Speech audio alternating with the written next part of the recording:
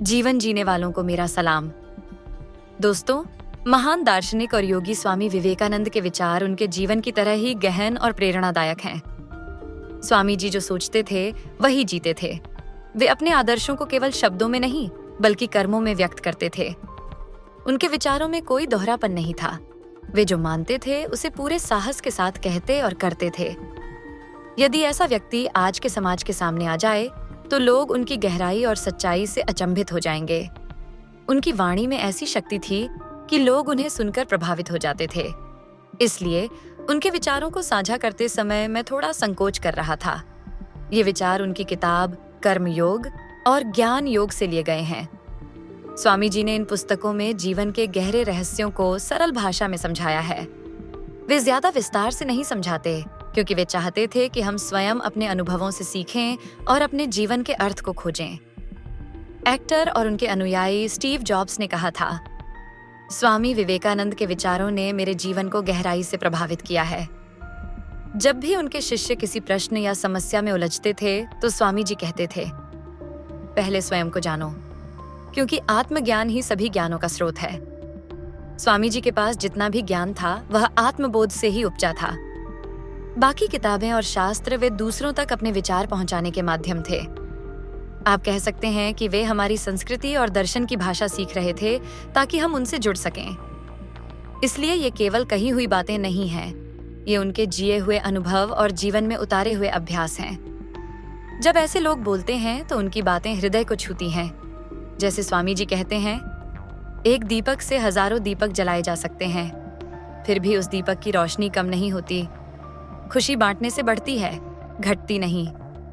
कुछ भी नया सीखने के लिए हमें अपने मन को खाली करना होगा।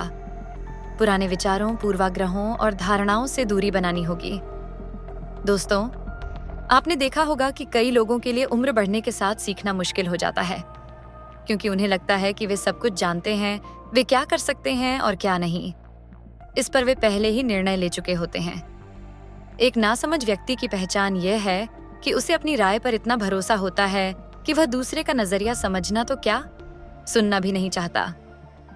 यही स्वामी जी कह रहे हैं कि जिस व्यक्ति में विनम्रता होती है, जो अपना मन खाली कर सकता है, वही सच्चा ज्ञान प्राप्त कर सकता है। स्वामी विवेकानंद का उद्देश्य किसी को सिखाना नहीं था, बल्कि उन्हें प्रेरित करना था।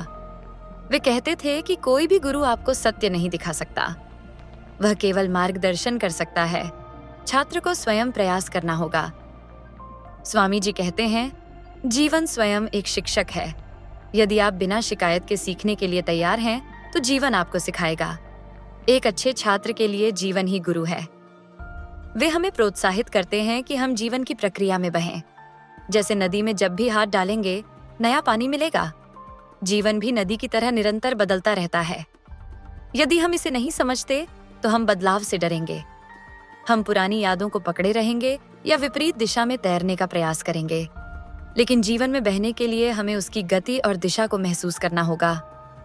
सतर्कता और बुद्धिमानी से हम जीवन के प्रवाह का आनंद ले सकते हैं।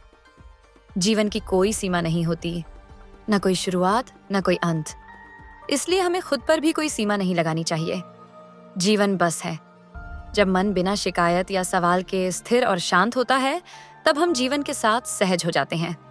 संघर्ष हो सकता है, लेकिन परेशानी नहीं, क्योंकि सब कुछ जीवन, भावनाएं, परिवर्तन बस हैं। स्वामी जी कहते हैं कि जीवन का अर्थ जीना है।